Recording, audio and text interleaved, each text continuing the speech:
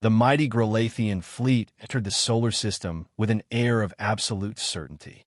Thousands of warships, their hulls gleaming with the light of distant stars, moved in perfect formation toward Earth. Standing on the bridge of his flagship, the invincible Dominion, Grand Admiral Thorax surveyed the holographic display of the small blue planet with disdain. "Primitive," he muttered, his four mandibles clicking together in a gesture of contempt. "They've barely managed interplanetary travel, and we're supposed to consider them a threat?" His second-in-command, Commander Vex, bowed slightly. "Intelligence reports that they are resourceful, Admiral. Perhaps more than appearances suggest." Thorax's exoskeletal ridge flared in irritation. "Resourcefulness is no match for superior technology in numbers. Prepare the first wave. I want their orbital defenses neutralized within the hour." The Grolathian battle plan was elegant in its simplicity, a demonstration of overwhelming force that had brought hundreds of worlds to their knees across 3 galactic sectors. No civilization had withstood more than 2 assault waves. Earth would be no different, or so they thought.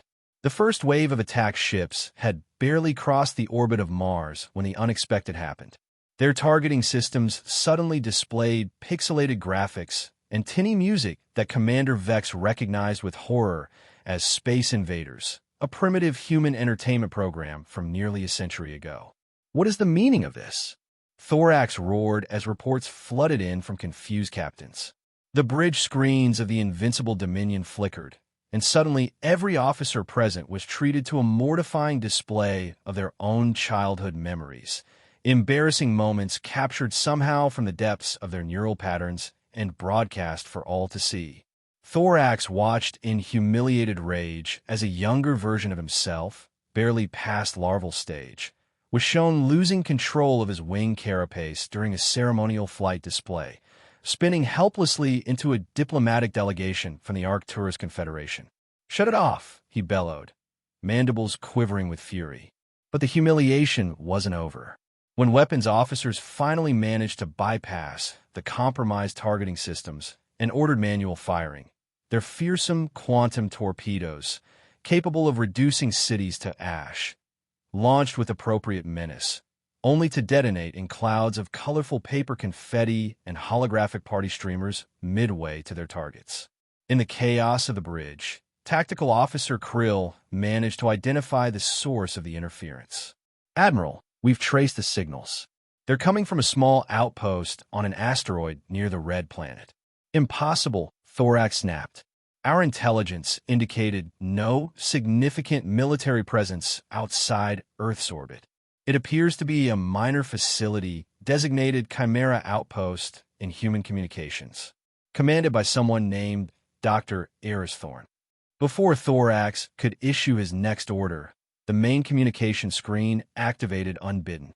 A human appeared, not the stern military figure they expected, but a disheveled individual with uncombed hair and what appeared to be a food stain on their simple clothing. They were leaning back in a chair, feet propped on a cluttered console. "Greetings, Grolathian fleet," the human said cheerfully. "Dr. Eris Thorn here. Just calling to congratulate you on the lovely fireworks display. Very festive. Though if you're having technical difficulties with your weapon systems, I'd be happy to offer some guidance. They seem to be malfunctioning rather spectacularly." Thorax's exoskeleton practically vibrated with rage. "You dare mock the might of the Grolathian Empire? Your pathetic tricks will not save you or your planet." Dr. Thorn yawned visibly. Yes, mighty empire, pathetic tricks, doom and gloom. Look, while you're recalibrating your clearly problematic targeting systems, would you like me to recommend some scenic spots in the solar system? Jupiter's Great Red Spot is lovely this time of year. Cut communication, Thorax ordered. When the screen went dark, he turned to his officers, who stood frozen in shock at the human's audacity. Deploy all countermeasures. I want that outpost identified, isolated, and obliterated. But each attempt to neutralize Chimera Outpost failed more embarrassingly than the last. Stealth ships found their cloaking systems reversed, rendering them not invisible but painfully bright, flashing in rainbow colors.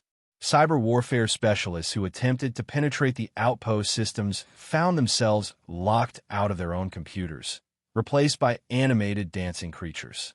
Even the elite Void Commandos, dispatched to infiltrate the facility physically, reported disorientation when gravity around their ships began operating in unpredictable directions, leaving them tumbling helplessly through space. After 3 days of increasing humiliation and the growing murmurs of doubt among his crew, Thorax faced an unthinkable reality. The mighty Grolathian fleet, terror of 3 galactic sectors, was being held at bay by a single, insignificant human outpost. Worse, word of their embarrassing situation was spreading. Long-range communications indicated that other species were beginning to take notice of the mighty Grolathians' unexpected delay at this backwater solar system. Admiral, Commander Vex approached cautiously. Perhaps a different strategy is required. Thorax's pride warred with his pragmatism. What do you suggest? Direct negotiation. Face-to-face with this. Dr. Thorne, if nothing else, it might provide insight into how they've managed these disruptions. After hours of internal conflict, Thorax made the call. To his further irritation, Thorne agreed immediately, as if expecting the request all along. Splendid. I'll pop over for a chat. Your flagship, I presume? I'll be there in, let's say 3 hours. Don't shoot down my shuttle. It's not much to look at, but I'm rather fond of it. True to their word, Dr. Thorne arrived precisely 3 hours later in what appeared to be a repurposed mining shuttle, its hull patched in multiple places with mismatched materials. The human was escorted to the grand conference chamber of the Invincible Dominion by a contingent of elite guards, though Thorne seemed more interested in the ship's engineering features than intimidated by the show of force. Fascinating design on your power distribution notes, Thorne commented casually as they walked. Though you might want to look at that phase variance in the tertiary couplings. Just a friendly suggestion. The conference chamber had been arranged to maximize the psychological impact on the human. Thorax seated on an elevated platform, bathed in dramatic lighting, with his senior officers arranged in intimidating formation. Dr. Thorne, however, seemed entirely unimpressed, even going so far as to pull up a chair closer than the designated position and propping their feet on the edge of the conference table. Let's cut to the core matter, Thorax began, his voice amplified to reverberating levels. You will immediately surrender your outpost, provide complete documentation of your defensive technologies, and prepare your planet for Grolathian occupation. In return, I may consider leniency in the administration of Earth. Thorne raised an eyebrow. Counterproposal. You stop shooting confetti at my outpost. I stop embarrassing your fleet with childhood memories, and we have an actual conversation about why I've bothered keeping you alive despite having the capability to reduce your flagship to its component atoms about 16 different times since you entered the solar system. A wave of whispers swept through the Grolathian officers. Thorax rose to his full height, his exoskeletal armor expanding in the traditional display of dominance. You speak of capabilities you cannot possibly possess. Your species is primitive, barely capable of reaching your own moon without catastrophic failures. Ah, Thorne smiled. And therein lies your fundamental miscalculation. You assume Chimera Outpost is a military installation. It's not. It's a research and development facility. Research, Thorax scoffed, into party decorations and ancient computer games, into reality manipulation, psionic weaponry, and galactic-grade mimetic warfare, among other things, Thorne replied, suddenly serious. What you've experienced are simply field tests of prototype defense systems. Fairly gentle ones at that. I could have turned your fleet's molecular cohesion into a theoretical concept rather than a physical reality, but that would have been rude before we had a chance to talk. Science Officer Creel stepped forward, her sensory antennae quivering with scientific curiosity despite the tense situation. Such technologies are theoretical at best. No species has successfully manipulated localized physics to the degree you claim. Incorrect, Thorne said, producing a small device from their pocket. With a casual tap, the gravity in the room shifted, causing all Grolathians present to float gently toward the ceiling while Thorn remained seated normally. Another tap restored normal conditions, sending the officers tumbling back to the floor in undignified heaps. That was a simple, localized gravitational inversion, Thorn explained as the Grolathians recovered their composure.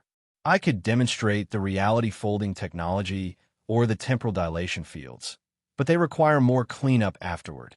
Thorax, regaining his footing with as much dignity as he could muster, regarded the human with new wariness. If you possess such capabilities, why hide them on a remote outpost? Why not deploy them from Earth directly? Because Chimera isn't defending against you, Thorn said simply. You're not the threat we built it for. The conference room fell silent. Allow me to be more direct, Thorn continued, standing for the first time since entering the chamber. Approximately 3 years ago, by your time measurement, Earth's deep space monitoring stations detected something coming toward the galaxy, something that doesn't show up on conventional sensors except as an absence. We call them the void corruptors. They're not like you or me, not physical in the way we understand it. They're energy entities that consume stars, planets, and the consciousness of sentient beings. Thorax barked a harsh laugh. You expect us to believe this fantasy? Some mythical energy beings are coming to destroy us all, and only Earth's secret technology can save the galaxy? This is transparently a ploy. I expected skepticism, Thorn nodded, removing a data crystal from another pocket. This contains our sensor data, analysis of ancient artifacts your own people have dismissed as mythological, and projections of the corruptor's arrival trajectory. They're coming faster than we initially calculated. In fact, they'll reach this solar system approximately 17 days from now. Science Officer Creel took the crystal, examining it with obvious professional interest despite Thorax's glare. I will analyze this data personally, Admiral. Do so, Thorax ordered, and determine what deception this human is attempting. There's no deception necessary, Thorn said quietly. Your fleet is currently surrounded by defense systems that could destroy it in moments. If conquering you is my goal, we wouldn't be having this conversation. I chose to reveal these facts because the void corruptors are a threat to all sentient life, not just humans. Your people will be just as consumed as mine if they aren't stopped. As if to demonstrate their point, Thorn produced another device and projected a holographic display of the Grolathian fleet. With a gesture, tiny symbols appeared, surrounding each ship. These are just some of the countermeasures currently targeted at your vessels. As a gesture of good faith, another gesture, and the symbols vanished, I've deactivated the more lethal ones. The meeting concluded with an uneasy stalemate. Thorax ordered Thorn escorted back to their shuttle, then summoned his senior staff for an emergency council. This is clearly an elaborate ruse, General Craw insisted, his battle-scarred carapace flexing aggressively. They seek to avoid the inevitability of our conquest through misdirection and fear. Possibly, Science Officer Creel admitted, but this data, it's extraordinarily detailed. The mathematical models alone would take years to fabricate convincingly. The humans' technologies are undeniable, Commander Vex added. We've all witnessed capabilities we cannot explain. If even half of what they claim about these void corruptors is accurate, enough. Thorax slammed his armored fist on the table. I will not have my fleet paralyzed by ghost stories and parlor tricks.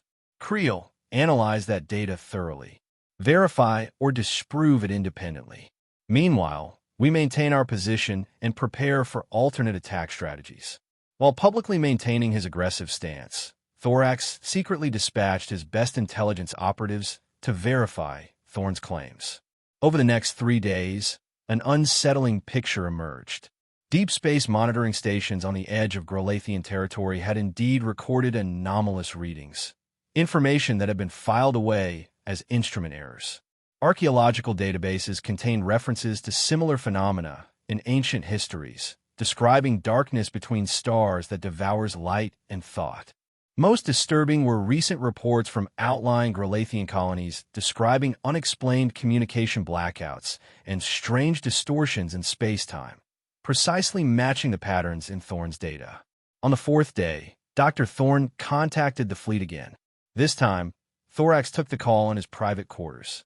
Your cybersecurity architecture is impressively robust, but has several critical vulnerabilities, Thorne began without preamble. As another gesture of good faith, I've compiled data on how to patch them. The file is being transmitted now. You might want to implement the fixes before the void corruptors arrive. They don't just corrupt physical space. They corrupt information systems too. Thorax studied the human's face on the screen. Why would you help strengthen our defenses when we remain in a state of hostility? Because in 15 days now, our state of hostility will be irrelevant. We'll either stand together or be consumed together. After Thorne's transmission ended, Thorax remained in contemplation. The evidence was becoming difficult to dismiss. Yet accepting it meant acknowledging that the mighty Grolathian Empire, with all its military might, faced an enemy it could not defeat through conventional means. It meant considering the unthinkable, an alliance with a species they had come to conquer. The next week brought increasing tension. Thorax allowed Science Officer Creel to work with Chimera Outpost, ostensibly to further investigate their claims, but in reality to begin preliminary coordination. The data continued to corroborate Thorne's warnings. The void corruptors were real, and they were coming. On the 10th day, a Grolathian scouting vessel at the edge of the solar system went silent. When a second ship was dispatched to investigate, it transmitted only a few seconds of footage, showing what appeared to be a region of space where stars simply vanished, replaced by absolute emptiness that seemed to move with purpose. The vessel's final transmission contained only the pilot's voice, unnaturally distorted. It's eating the light. It's eating my thoughts. It's faced with undeniable evidence and the reality of a threat beyond conventional military response. Thorax made the most difficult decision of his career. He requested a formal meeting with Earth Strategic Defense leadership to be held at Chimera Outpost. There, Dr. Eris Thorne finally revealed their true role. Not merely the eccentric commander of a remote outpost, but the director of Earth's Strategic Defense Initiative, responsible for preparing humanity for threats beyond traditional understanding. We detected the void corruptors 3 years ago, Thorne explained to the assembled Grolathian command staff. Our conventional military leaders wanted to build bigger guns, more ships. I argued that we were facing something that doesn't obey the physics of conventional warfare. So they gave me Chimera, a handful of brilliant scientists who everyone thought were slightly mad, and told us to prepare a defense. And your solution was reality manipulation and mimetic warfare? Commander Vex asked, fascination overcoming his usual military reserve. Precisely. The corruptors exist partially outside our reality framework. Conventional weapons pass right through them. But we found we could affect them by manipulating the boundaries of reality itself, creating localized pockets where physics operate differently, designing information patterns that disrupt their consciousness absorption capabilities. Thorax, standing rigid with the weight of his responsibility, spoke the words he never imagined uttering. The Grolathian Empire proposes a temporary cessation of hostilities and a tactical alliance against this common threat. Accepted, Thorne replied without hesitation, extending a hand in the human gesture of agreement. After a moment of studying the gesture, Thorax extended his own armored appendage, completing the symbolic union of species that had been enemies mere days before. The alliance was uneasy at first. Cultural misunderstandings and lingering suspicion created friction between human scientists and Grolathian military personnel. The Grolathians found human informality disrespectful. The humans found Grolathian hierarchy stifling. Yet the looming threat provided powerful motivation to overcome these differences. Gradually, a plan emerged.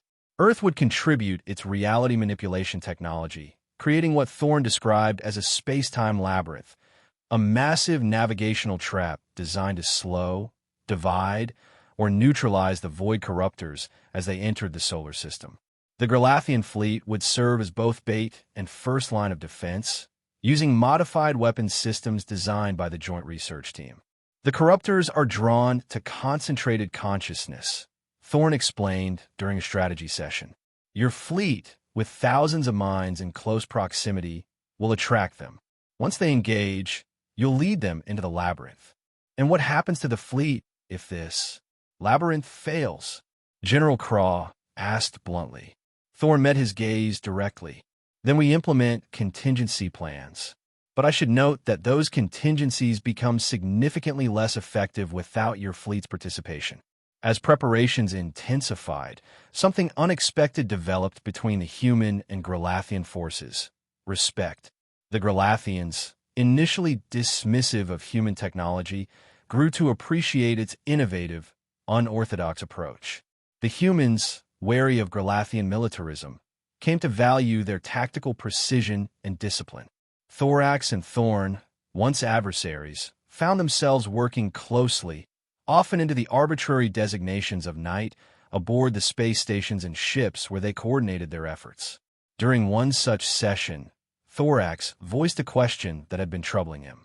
Your defenses against my fleet were effective, yet non-lethal. You could have destroyed us, yet chose humiliation instead. Why? Thorne looked up from a holographic display they'd been studying. 2 reasons. First, killing should always be the last resort, not the first. Second, and more practically, I needed your fleet intact for what's coming. You anticipated this alliance from the beginning, Thorax realized. I hoped for it, Thorne corrected. There was always the possibility you'd be too proud or too convinced of your own superiority to see the truth until it was too late. Thorax's mandibles clicked in what Thorne had come to recognize as a gesture of wry acknowledgement. Pride has been the downfall of many Galathian commanders. I may yet join their ranks. Not if I can help it, Thorne replied. We need you alive and commanding your fleet if this is going to work. The day of confrontation arrived with terrifying speed. The Void Corruptors entered the solar system not as ships or entities with clear boundaries, but as regions of spreading emptiness where reality itself seemed to thin and fray. Stars disappeared behind them. Light behaved strangely in their vicinity. And most disturbingly, communications from ships closest to them became increasingly nonsensical, filled with existential dread and fragmented consciousness. The Galathian fleet moved into position, their ships now equipped with modified reality anchoring fields designed by the Chimera team. Thorax stood on the bridge of the Invincible Dominion, watching as the darkness approached. All vessels maintain position, he ordered. Remember your training. The instant your crews begin experiencing cognitive disruption, activate your consciousness stabilizers. Do not attempt direct engagement until the entities have committed to pursuit. The Void Corruptors seemed to sense the concentrated minds of the fleet. The spreading darkness changed course, moving with deliberate purpose toward the formation of ships.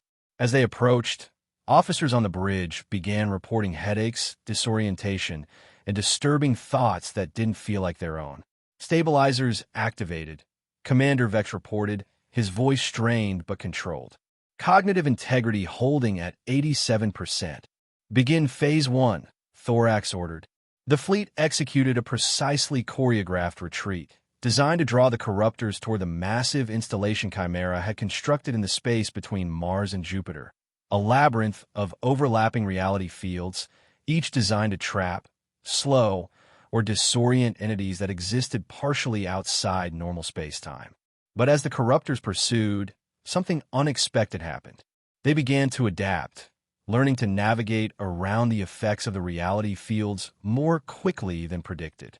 The darkness accelerated, consuming 3 Galathian vessels before they could complete their retreat. They're evolving their approach. Thorne's voice came through the communication system from Chimera Control. The labyrinth isn't containing them as effectively as our models predicted. We need more time, Thorax responded, watching as the tactical display showed the darkness continuing to advance despite the labyrinth's effects. The main device requires full deployment. Then we'll give you time, Thorne replied. After a brief pause, Chimera Outpost is moving to intercept. That's not the plan, Thorax objected. Your facility is needed to control the labyrinth from a safe distance. Plans change, Admiral. We've loaded the control algorithms into your science vessel. Officer Creel knows how to operate them. Chimera has one more card to play, but we need to be closer to the corruptors for it to work. Before Thorax could respond, the small asteroid that housed Chimera Outpost began to move, propelled by engines that had been concealed within its rocky surface. It accelerated directly toward the advancing darkness. "What are you doing, Thorn?" Thorax demanded. "Something ill-advised but necessary," came the reply. "We developed a theory we didn't have time to test properly. The corruptors consume consciousness, but they might be vulnerable to a concentrated burst of it, like overloading a circuit with too much power." What does that mean in practical terms? It means Chimera is going to give them indigestion. The outpost contains psionic amplifiers. My team and I are going to channel everything we've got directly at them while you complete the labyrinth deployment. The psionic backlash will kill you. Science Officer Creel broke in, her antennae rigid with alarm. "Probably," Thorn acknowledged. "But it should create a disruption long enough for you to finish the job." Thorax found himself experiencing an unfamiliar emotion as he watched the small outpost accelerate towards certain destruction. Concern for a being he had, mere days ago, considered an enemy. There must be another option. If you have one, I'm all ears, Admiral. Otherwise, I suggest you focus on making sure our sacrifice isn't wasted. With grim determination, Thorax turned to his crew. "Accelerate labyrinth deployment. All vessels provide covering fire for Chimera Outpost using the modified quantum disruptors."